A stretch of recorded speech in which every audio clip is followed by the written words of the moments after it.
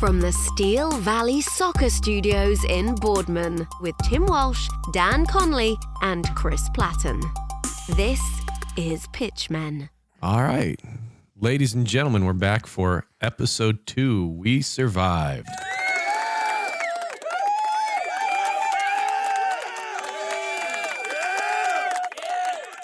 It's the most applause I've gotten in a while. So, today we're going to talk about a couple things.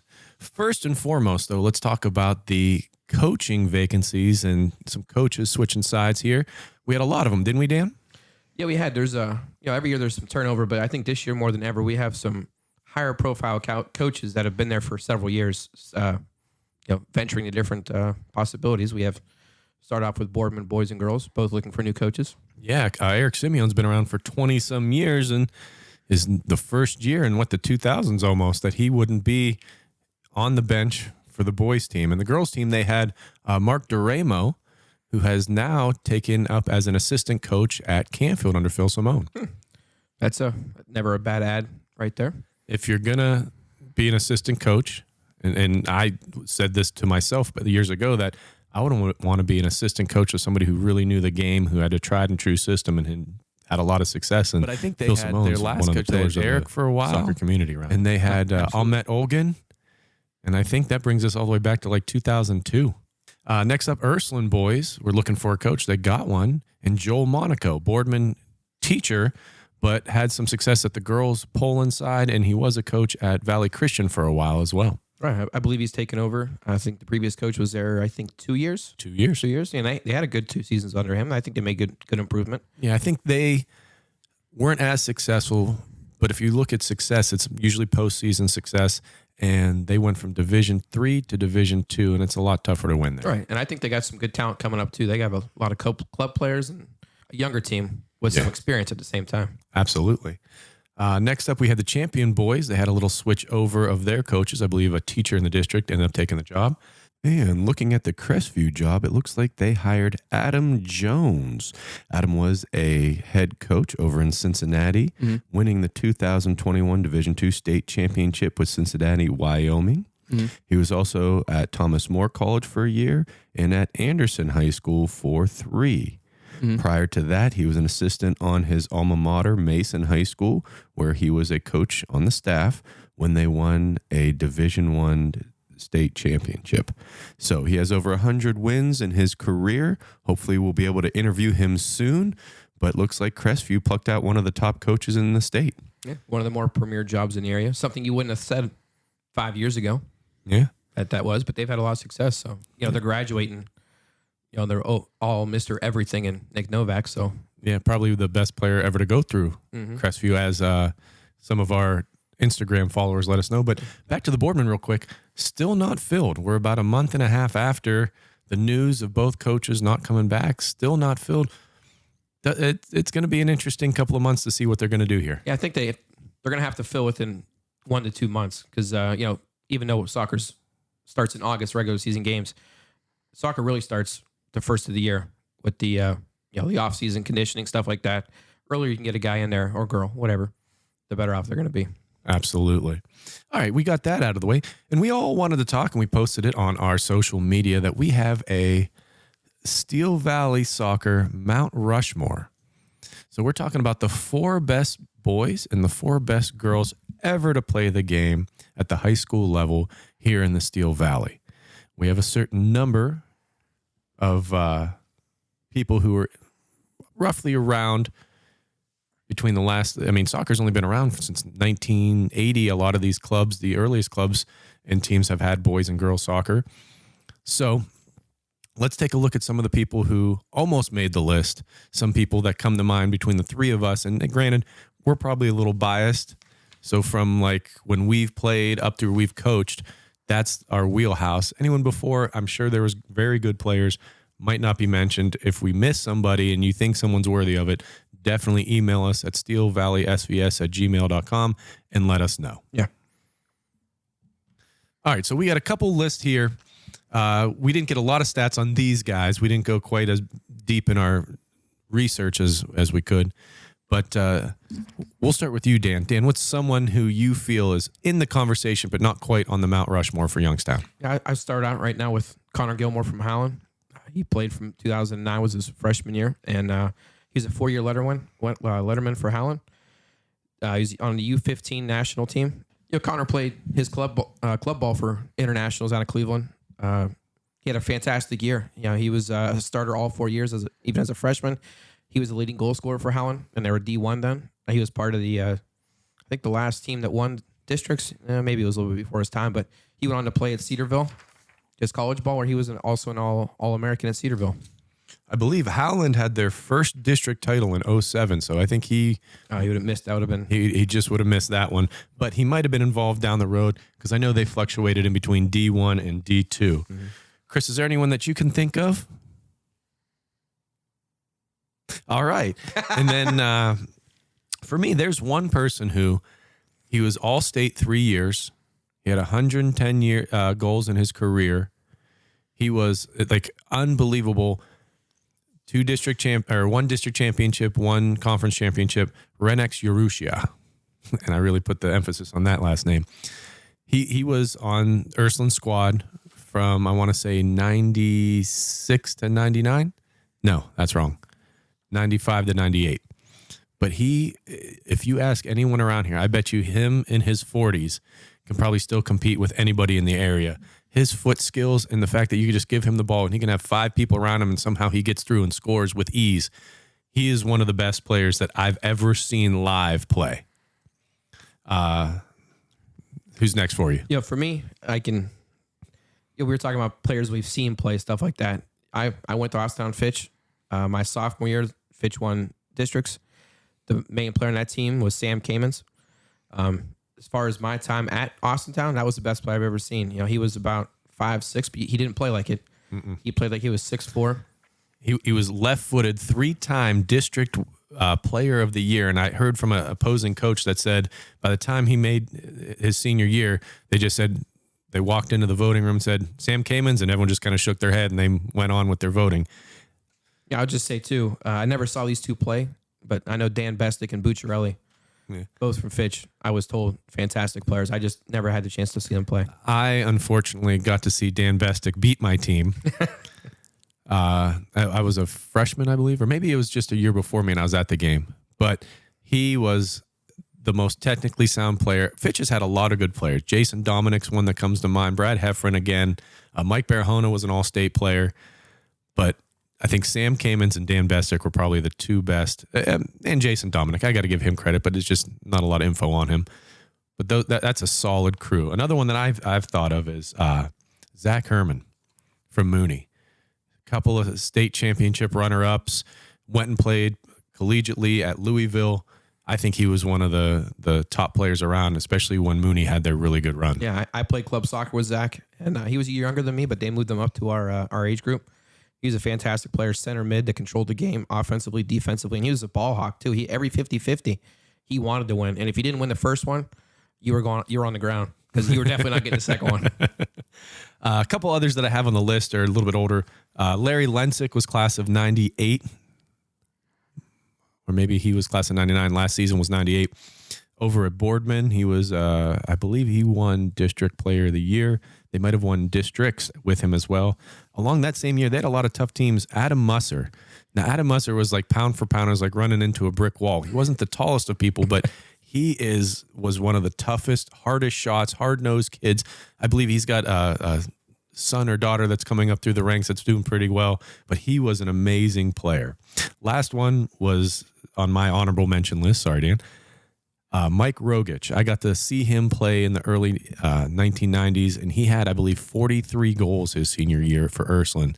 And it was just one of those things where it was kick it up to him and let him do his thing. He just like Renex, he could take on 5-6 defenders at once and be able to score a goal. So it was impressive to watch some of these guys play. Yeah, the last person, I will say, I stand corrected. Connor Gilmore played club for CFC, Cleveland Football Club. Okay. The next person I'm going to talk about, Eric Albany, he played for Cleveland Internationals. He played in the mid 2000s for Howland.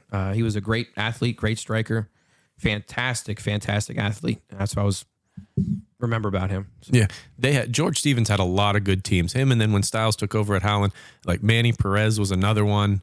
The Schwartz brothers were another ones that come through, and you're just like, it has to suck to be on a team that everybody's good because it's hard to pick them all. So some of them, like we found that out last year with Mooney. We left a player off that probably should have been on just for the fact that we're like, man, there's so many good players. How do we pick one over the other? We don't quite know. And I bet that has happened for them throughout the years. absolutely. Chris, anything else to add? So let's talk about our boys' Mount Rushmore. Now, we'll get to the girls second. For some reason, the girls seemed a little more cut and dry to where there were some that really stood out from the rest, whereas the boys, we had a little more parity. So I think in mine, and Dan, if you disagree at all, you let me know. Yep. I think out of the 4 on this list, Gabe Altiwill. Did I say that right? I always mess that up. Went to Howland, plays at Walsh currently. Looking at he says he holds 5 school records at Howland for goals in a season, goals in a career, assists in a season, assists in a career, and career points. He was first team All-State. He was selected All-American, All-Great Lakes, in the Youngstown District Player of the Year in 2020. Yeah, Gabe was a player. He made that team. That team was stacked, Yes. but he was the icing on top. You could put him anywhere. You know, his natural position was not striker, and they played him there the whole entire year, and he set all school records. Yeah, he had over 40 goals. Yeah, for a club, he plays center back. You could have put him at any position on the field. I even bet goalie, and he would have been the best in the area at that position. And I watched that Bay Village game. They won 1-0, and that was the closest game that they had all year. And his team definitely leaned on him in crunch time to make something happen. And I'll give him all the credit in the world. Yes, there was a lot of talented players on there, but he did stand out amongst a group of very, very good players. Even his junior year, when he had a foot injury where he broke his foot and he came back in the playoffs, and I think the state semifinal game against Lexington, when he came out and he played one of the best balls I've ever seen. Left-footed, beat 2 players, put it on a rope to Stasnis, who volleyed it home. That's how Howland ended up winning the game. That was one of the best plays I've ever seen. And he just came off an injury. You'd have never known. He didn't play almost the entire year. And that's a rough thing to do. Yeah. So number 4 on our list out of 4 was Gabe Altiwill. Number 3 for us, Michael Pepe from Campfield was a 4-year letter winner. Led the team to the state championship game where they were runner-up in 1989. He was a 2-time high school All-American, 2-time All-State. He was the Ohio Player of the Year in 1988. He has held the single-season goal record for Campfield, career goal record, and career assist record. He also had 149 goals, making him number 1 in the state. Some other things he did in college. He won the Dick Gaither Award in 1992, the Bishop's All-Star second team in 92, All-Ohio for Division III in 92 while at Ohio Wesleyan. But he had 19 goals and 46 points, but he is best known in college for scoring the fastest hat trick in college soccer history when his team went up against Case Western Reserve on October 10th, 1992. He scored 3 goals in 1 minute and 9 seconds. And I'm trying to do the math in my head, and I'm trying to figure out how he was able to do that. Because it takes some maybe mistakes, some other effort from other players. That's a heck of a mark. I don't see how anybody could beat that. It says he scored at 12:57, 13:16, and 14:06. What a stat, by the way. What a stat to pull out. Like you say, I've talked to a couple people. Brian Long played against him when he was at Niles, and he said that he was super fast. We've reached out to Michael recently. We're going to get some more stats on him, and we're going to kind of develop some more in March's podcast. But I think Michael, especially being on the first state mentioned team from the area in 1989, I think he deserves to be on this list. And I've never seen him play. I've only heard people talk about him. And being that he played, I want to say so long ago, but as far as history goes, that's been a long time. Yeah. Anybody who's got some knowledge about them always puts this man absolutely towards the top of the list of best players they've ever seen play. Absolutely. And it sucks that obviously internet wasn't invented yet. God, that seems like very, very old thing to say. But finding stuff out about high school, we can get the roster. We can see how they did in the state championship and the semifinal. But as far as some other stats go, he's going to get back to us about that. Shout out to Michael for emailing us today and going to get a hold of us soon. Number 3 on the list. Number 2 on the list. I don't know which way I'm counting. Yeah. Tony 7. We got a lot of kids. Tony Volpe from Boardman. He was a Gatorade Division I Player of the Year in 1992. He was an All-American in high school. First team All-Conference, first team All-Akron Conference. I'm assuming that's a little bit like All-District before they had districts. Correct. 4-year letterman. Ended up getting recruited by Duke and played for them and played 13 games in 1995 for Duke when they were the national runner-up. Inducted in the Boardman Hall of Fame in 2008 and the Youngstown District Hall of Fame in 2017. Right. What stands out for me right there is he went to Duke. Not only did he go there, he was recruited there. Yeah. That's a Division I program, not just any Division I program, one of the main, obviously, runners-up when he was there in 1995. Yeah, ACC. That's quite the accomplishment to be recruited to them and then to play and make a mark on the team that was national runners-up. That's unbelievable. Now, we do see that from time to time, that there's a player who plays high school and might not have all the accolades, but has the body type and is still getting better, that they go on and they play in college and like, man, they weren't this good in high school. They're playing a lot better in college, and that has happened. It looks like he did both. I mean, Gatorade Player of the Year in the state of Ohio in Division I. That's a tough thing to do. That's very tough. That's a lot of players you're up against. And the crazy part is that, growing up, I didn't know him. I didn't know about him. It only took when I went to Boardman to catch a basketball game and you see a big plaque up there at Boardman High School about, hey, Gatorade Player of the Year, Tony Volpe, that I started to do some research and look into him, and he's a heck of a player. Right. All right. Our number 1 player, best player that's ever played in the Youngstown area. Chris, who is it? It is Kiki Willis of Mooney. He was Kiki was somebody that I graduated the same year he graduated. I played against him my entire life. Youngstown started out, they had a thing called Soccer in the Streets in Youngstown. And it was like Little Giants, if you ever seen that movie. They were wearing like ragtag shirts. But the talent was always there, and Kiki was always the main man. Anywhere he went, there was always a certain aura about him. Go up to high school, his freshman year, unbelievable. I remember his senior year, my senior year, we scrimmaged them. And there was a corner kick taken by Zach Kerman, who we talked about earlier. He got up higher than his legs got higher than I've ever seen anybody else jump, basketball players included. He could run with the ball at full pace, perfect control, put the ball wherever he wanted, make any play, any pass he wanted. He just raised everybody else's game. You talk about Tom Brady, Peyton Manning, how he steps into the building, they automatically make everybody else around them better.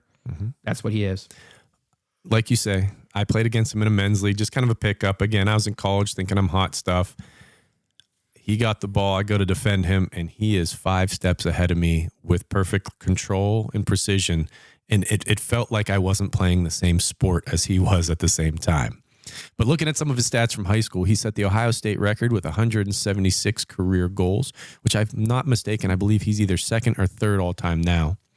55 assists, 4-time first team All-Ohio, 3-time All-American, named a Parade All-American, an EA Sports All-American, Adidas State Player of the Year, Mr. Soccer in Ohio in 2004. 4-time All-Steel Valley, that's their conference Player of the Year, All-Mahoning County pick, District Player of the Year 4 times, 2-time State Player of the Year in Division II. Mooney won the first area state championship in 2002 and runner-up in 2004. Inducted into the Mooney Hall of Fame in 2022, which is kind of crazy. It took 20 years to get their best soccer player who brought a state championship to him into their Hall of Fame. You need a water after that's long line of accomplishments there. And not just that, he went on to Elon College to play. Was drafted by DC United. Correct.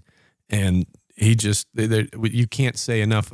I remember the corner kick you were talking about. He literally jumped on top of someone's shoulders because they got underneath him as he headed the ball into the back of the net. And the person he jumped on the shoulders of, we remind him of that all the time. That's something he will never live down. No, he won't. And we talk about, you're looking at all-time goal scorers in a career. Many of them are from like Division 2 and 3. And Mooney kind of did bounce up and down between 2 and 3, but just like the Mooney right now, they don't play a Division 3 schedule. They play a Division 1 schedule. Absolutely. And he put up 176 career goals against unbelievable teams. It was just something about those old soccer fields where now you have stadiums and all the fans are, a good 20 yards away from the field.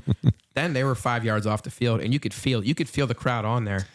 And those Mooney teams, it wasn't just he was the best player. He was, but those teams were stacked, and he was still scoring that many goals with that many good players. Pat Walker, Alex Simon, Kevin Willis, Christo Fragnopoulos. No, Kevin Miller. Sorry. Kevin Miller, Christo Frankopoulos, that's another name too. And they had a great run. So if we're looking at the best players, we're talking about players who are all made All-State multiple times, some of these, Player of the Year, some of these, setting state records. And again, yes, we do have a lot of goal scorers, and they do get a lot of the glory. But I don't believe Volpe was a goal scorer. They don't have a lot of information on his scoring goals here. So there's our 4. There's our Mount Rushmore. Hopefully we'll get a graphic up on our social media here soon. Now let's talk about the girls. We are on the girls' side of things, and we have 4 clear cut, and we don't have a 1 through 4 for them. I think it would be a disservice to them, being that I've seen Jody Boland play, and we're going to start with her. Yeah, Jody was a 4-year starter at Austintown Fitch. She's a 2-time team captain. She holds a couple records for Austintown Fitch in career goal score, which is 86, and assists, which at 30. She was named team MVP as well as the 4-time offensive MVP.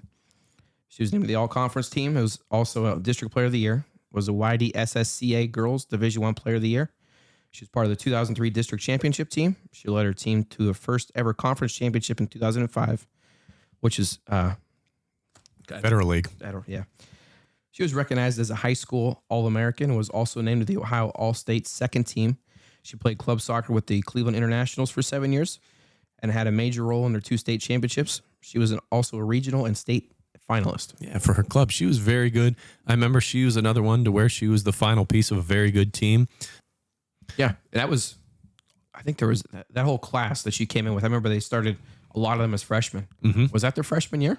I don't believe so. Okay, but yeah, she was a typical number 10.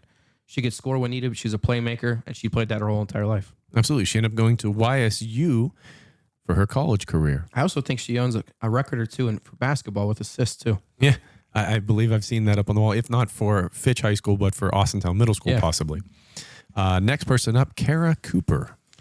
She was a 4-year letter winner and team MVP. She compiled a school record 139 goals, 2-time All-Conference selection, and was an All-State choice as a senior. She also competed in basketball and participated in cheerleading. Yeah, so she went to Youngstown Christian. I remember her coming around and playing with the boys at the time and just fit right in, was one of the better ones, and then ended up going to Akron. So she is currently a coach for SVA. So she was another one who really did well in college, had some college accolades. In high school, you just knew she was one of the better players. 139 goals in 4 years is no joke. Yeah, Chris, can we get the math on that? It's like 34 goals a year. 34 goals a year is no joke. I don't care if you're playing Hearts for Jesus. There's a callback. Yeah. You will, that's a very good career.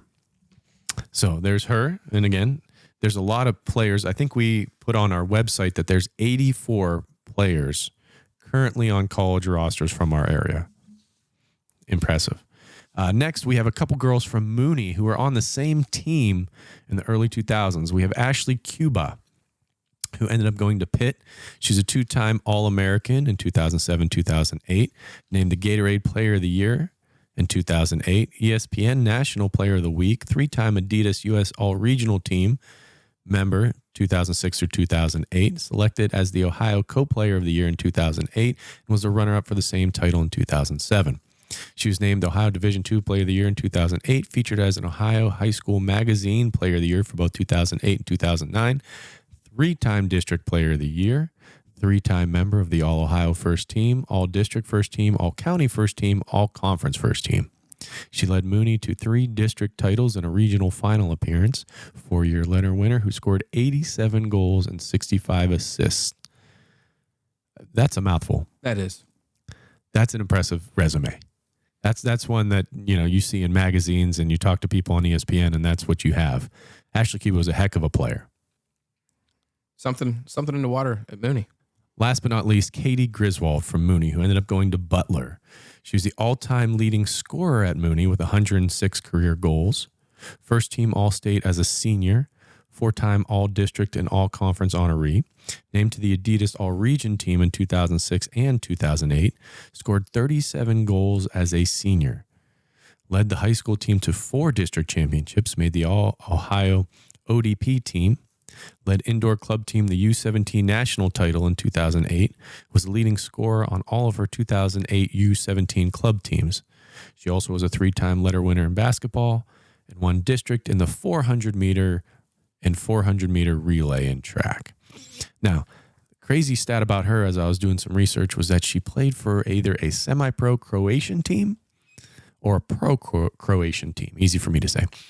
So that's impressive when you have people going overseas and playing that are from this area. That Mooney team must have been unbelievable to have both these ladies playing there. Well, Dan, I'm glad you said that because that puts us right to our next part, which is the best 5 teams in Steel Valley history, both boys and girls. Pitchmen is brought to you by North Jackson Hydraulics.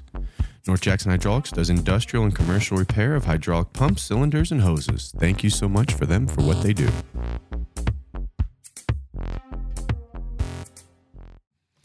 All right, we're going to start on the girls' side with number 5, Poland. From last year, the 2022 team went 18-4. Of their 4 losses, they lost to Canfield, which is a very good team, West Branch, which is another district champion, Howland in a 1-0 game. When they got into the playoffs in Division III, they didn't let in a single goal until the regional final, in which they lost 1-0 in overtime. Now, no girls team has ever won a regional championship, so this is probably as close, if not tied for, as close as a team can get. The next one, Dan. We have, we'll talk Mooney 2007. They were regional semifinalists in D2 that year. They went 12-2-5. We, again, talked about 2 ladies that were on that team. Absolutely. And I do know that the next year, they did go a little bit farther. They did go to a regional final, and this one was only a regional semi. But this team only lost 2 games, and both games were to eventual state champion Hathaway Brown. Isn't that crazy? They played in the regular season, lost by, I think, a goal or 2, and then lost by 1, if I'm not mistaken, in overtime in 2007. So that's a special team where you're only 2 losses to the state champion. Right. I like when teams do that. I like when they travel out of the area to play against teams to make themselves better for the state title. Not only do they make themselves better, it's easier to kind of match them up against teams that aren't from this area. Like, hey, they're as good as all these other teams. I agree with you 100%. Third one, Dan. We'll go Canfield 2013. They were 15-3-3. They're regional runner-up in D2 that year. They did really well in a Division I schedule, but guess who they lost to? They had 3 losses that year. 2 of them, Hathaway Brown. 1 was in the regional final in overtime, 2-1. The other was during the regular season, Walsh Jesuit, 3-1. So this was a pretty good team. Coach Simone has done wonderfully from this point on. Number 2, we have Niles McKinley, who went 15-3-2 in 2015. They made it to the regional semifinal, only losing to Archbishop Hoban. Of the 3 losses, they lost to Bay Village, Canfield, and Hoban. They had 2 double-digit goal scorers in Bethany Rassil and Hannah Ward, and they had a really good team. They played together. It doesn't seem like a lot of scoring from anywhere else, but when you have 2 very good goal scorers and only allowing 16 goals in 20 games, that's going to be pretty good for you. So the 2015 Niles Red Dragon girls are number 2 team. All right, last one, which is interesting to talk about. Yeah, this would be this past year's Canfield team. They were 17-3-1, and they were regional runner-up in Division II. Only losing to Bay Village, I believe, 1-0. I hope that's right. But they have a lot of good teams there. Macy Toporser, Addie Masters, the Wahibs. I believe there's another Toporser on there too. There was. And that was, I think, Vivian Nora. We talked about this before. A whole bunch of like center mids playing every position out there. Their ball movement was tremendous. Yeah, and other than Addie Masters, everyone we just mentioned has coming back for this 2023 team. So I have a feeling we might be scratching one of these teams off the list and adding another one in for Canfield. But let's take a look at some of the boys' teams. First and foremost, if we're going chronologically, Canfield, 1989. They're 22-2-1, and we're state runner-up in Division II. They had to be. That was the goal that every team had going up. These past couple years when we had success, you look at Canfield, they were the only team to make it that far. Mm-hmm. And that was always the pinnacle of what every other team was trying to make it to. Absolutely. And you just wanted to best and be the best in the area. Every team that we're going to talk about here on the boys' side has made it to a state championship game. So 89 Canfield team, Michael Pepe, they had a couple other people in there that we're going to highlight a little bit later in other podcasts, but they had a tremendous team under Coach Lee Fry, who's a heck of a golfer as well. We'll talk to him. We might even interview him later on. Next up on the list, Mooney, 2002. They went 21-2, state champions, first state championship in our area's history. Yeah, they had, I believe, Alex Simon played on that team. We talked about Kiki. I don't think Herman was there just yet, but that team was unbelievable. I think also back in the day, that was the coolest venue to play at, was at Steel Valley. It was up on a hill. Valley Sports? Absolutely. Yeah, up on a hill, minus the sprinkler heads that would come up every once in a while. You'd slide and find them in your knee. But they had him. They had Pat Walker. They had Christo Frankopoulos. They had a very, very good team. Walker, Simon, and Willis are all in the Mooney Hall of Fame. So very good team there. First one to do it. One of only two teams in our area to do it. They definitely need to be on this list. Next up is the Mooney 2005 team.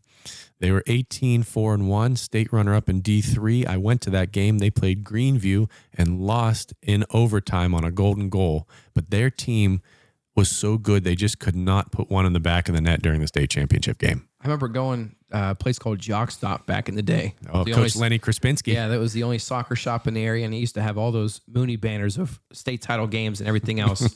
That was pretty cool to go in there and see. I missed that place. Absolutely. If we can get another area soccer store where you can go buy all the things, get your hands on shoes, see how they feel, try them on, I'd love to see that happen again. The only store I remember being like that was Kia's. In Austintown, yeah. Right next to where Mark's is now. Yeah, the Cleveland Crunch player. Yeah, I remember that. Next up, we have Howland of 2020. Now, this, I believe, is the best team, hands down, in our area, through a lot of very good teams. 22-0-1, only tying Canfield 0-0. State champs, set a record for most goals scored in Division II state championship, only allowed something like 6 goals the entire year. And in each of those, it was like a 6-1 game, 7-1 game, 9-1 game. They're getting like scrap minute goals to where if they really wanted to keep their team in there and keep that stat down, they probably could only let 2-3 goals in. I completely agree. This is the best team I've ever seen, and I think this is the best team. It's hard to fathom another team coming up that's going to surpass this team because they could beat you so many ways. They had so many good players. They could move them around. Like you said, a lot of times they're beating teams 8-0, and they called the dogs off, and they let somebody else let their younger squad get in. Yeah, and it's that team. It was almost so effortless. They just moved the ball. They moved without the ball. And as a coach, coaching against them during the year that they won a state title, I remember scratching my head thinking, well, what do I do now? And it was nothing. You couldn't even do anything. It was already 5-0 before you could think about making your first action. They've had one close game all year. And I believe that was a regional semi game, if not a regional final, against Bay Village. Yep. It was a 1-0 game winner for Howland. Outside of that, every game was at least a 3-goal or more win. Yeah. They that game was on, I think, Ohio Sportsnet on YouTube, and it's one of their highest viewed videos of high school soccer that they've ever put out. I remember when 21 News asked Coach Stiles, who was the head coach of that team, what was the hardest thing for you to do as a coach for this team? And he said, get the heck out of the way. He said, this team didn't need much of anything. It was just making sure the pieces went in and let them do their thing. Yeah. And that sometimes can be difficult, managing egos. And even, I've seen it all throughout sports that even when you're successful, people are not going to be happy about it. To keep a team happy and undefeated. And, oh, God, that was an amazing team.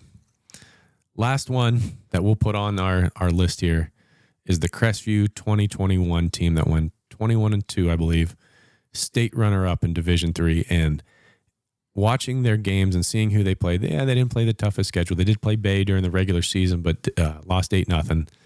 But you see them on their run and the team camaraderie they had and how together they were and how together they played.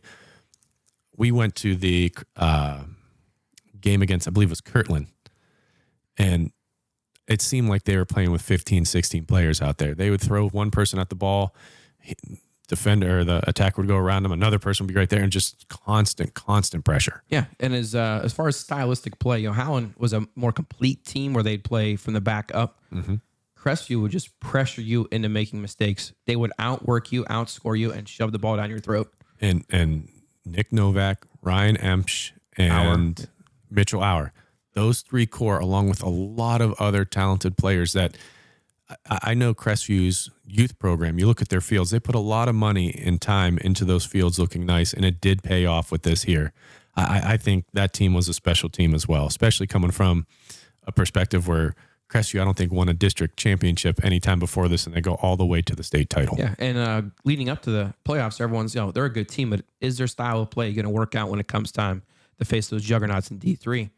And it did. Yeah, because, and again, the only knock I have on that team, if I had to nitpick, which I do have time to do that, they would play against co-ed teams, a couple of them, and they'd win something like 16-0. It's kind of like, oh man, well, let's just see how you do. No, they stepped up to the big boys and they did really, really well. I think they beat Ottawa Hills last year, and it was a 4-2 game, and it was exciting. We watched that on TV, and it's just unbelievable. Yeah, they never turned it off and on depending on who the opponent was. It was always on. I agree. All right, now that we're ending up the show for our February episode, Dan, is there anything else in the world of soccer that you would like to talk about? Being a Manchester United fan, I am very happy with the direction that Van Hag has them going right now. They got a premier goal scorer in Rashford. He's playing maybe his best soccer of his life. They're all playing together. They're all playing as one.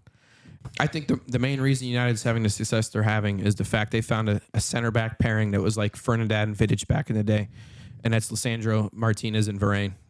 Chris, who's your favorite EPL team? Besides your mother? All right. Besides, who's your favorite? Chelsea. How are they doing? Not great. All right. How much money have they spent this transfer window? Not enough. All of it. Really? Like $600 million they spent. How are they not winning then? I know. Well, they got rid of Lampard. It's a young team. It is a young team. They're amassing a lot of skill. They just need to find that just a couple years pairing of lightning and thunder. My team is Arsenal, and we are top of the table for now. But we did just lose to almost relegated Everton 1-0. So it does. You can't win them all unless you're Arsenal from years ago. Who's Arsenal striker now? Oh God. A big fan you are. Yeah, I know. I'm drawing a blank. Gabriel Jesus, he's out though. He's hurt. You can take a minute. God, look it up. I can't. Cut this part. Maybe they don't have one. They have one. Maybe they have a false Odegaard. nine. He's like an attacking mid. He is. Pepe. Pepe scores a lot of goals. Not against Everton. Okay. Chris, I liked it when you were muted. But why does it say Pepe's on loan? Nikita? He's playing at Gabriel Martinelli. He's been scoring. He's a left winger. Granit Xhaka. Great, yeah. Center mid. Smith Rowe's been out. Odegaard's been scoring for them too. Mm-hmm. I don't think they have a true forward. So I was right. False nine. Damn. Wow. Damn.